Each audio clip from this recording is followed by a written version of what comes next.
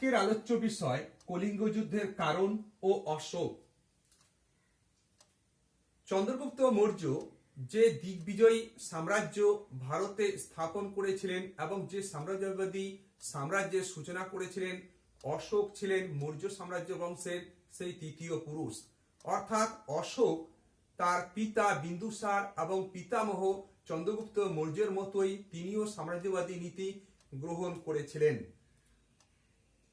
কলিঙ্গ যুদ্ধের কারণ আলোচনার পূর্বে কতগুলি উৎস সন্ধান করা প্রয়োজন। এক্ষেত্রে ত্রয়োদশ শিলালিপি, কলিঙ্গ লিপি এবং গ্রিক ঐতিহাসিক প্লিনির বর্ণনা থেকে কলিঙ্গ যুদ্ধের কারণ প্রসঙ্গে জানা যায়। কলিঙ্গ যুদ্ধ শুরু হয়েছিল 260 খ্রিস্টপূর্বাব্দে। কোন কোন ঐতিহাসিকের মতে অশোকের সিংহাসনে আরোহণের নবমতম বছরে কলিঙ্গ আক্রমণ করেছিলেন। কলিঙ্গ বর্তমানে কটক, পুরী ও গঞ্জাম জেলা নিয়ে অবস্থিত ছিল। কলিঙ্গ যুদ্ধের কারণগুলি উল্লেখ করার ক্ষেত্রে ঐতিহাসিকদের মতামতগুলি খুবই জরুরি। এক্ষেত্রে কলিঙ্গ যুদ্ধের কারণগুলি আলোচনার ক্ষেত্রে আমি এক এক করে কারণগুলি উল্লেখ করার চেষ্টা করেছি। প্রথমত, কলিঙ্গ ছিল মগধের নন্দ রাজার অধীনে। মৌর্য সাম্রাজ্য প্রতিষ্ঠার পর চন্দ্রগুপ্ত মৌর্যের শাসনকালে কলিঙ্গ স্বাধীন হয়ে যায় এবং বিন্দুসারের সঙ্গে চোলদের আক্রমণকালে কলিঙ্গ চোলবাসীকে অর্থ এবং সেনা দিয়ে সাহায্য করার ফলে কলিঙ্গ সঙ্গে মগধের একটা শত্রুতার পরিবেশ তৈরি হয়। 2 নম্বর, মগধের সীমান্তের নিকটে কলিঙ্গের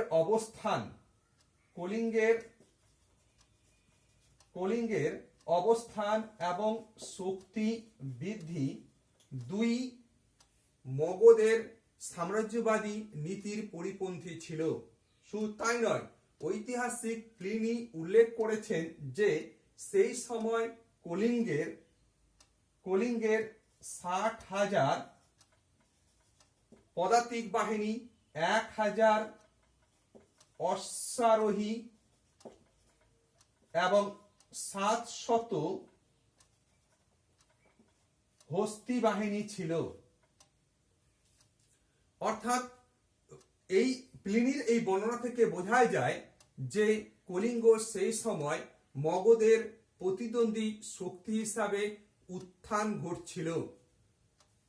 ঐতিহাসিক রমিলা থাপার এবং ডিডি কোসাম্বি উল্লেখ করেছেন যে কলিঙ্গ যুদ্ধের অর্থনৈতিক স্বার্থ, অর্থাৎ অশোক কলিঙ্গ আক্রমণ করেছিলেন মূলত 2টি কারণে।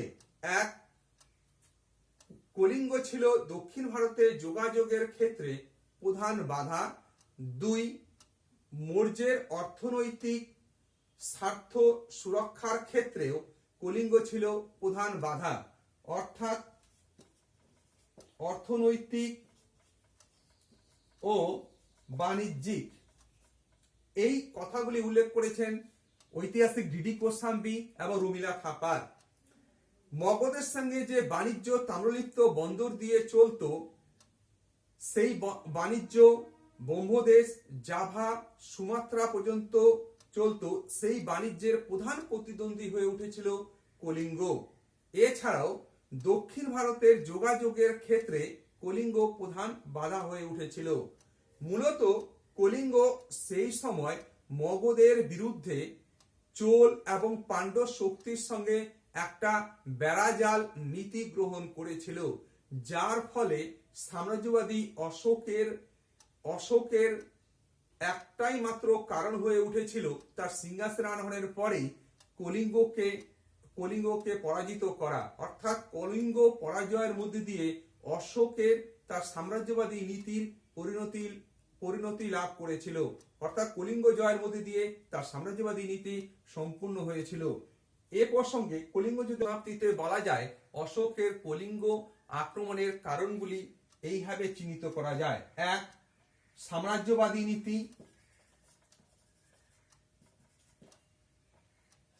নীতি, যা ছিল মৌর্য সাম্রাজ্যের এবং অশোকের। দুই, কলিঙ্গের শক্তি বৃদ্ধি ও বিশাল সেনা বাহিনী। তিন, কলিঙ্গের শক্তি বৃদ্ধি ও দক্ষিণ ভারতে যোগাযোগের ক্ষেত্রে কলিঙ্গ মগধের প্রধান বাধা সৃষ্টি করেছিল। চার, অর্থনৈতিক ও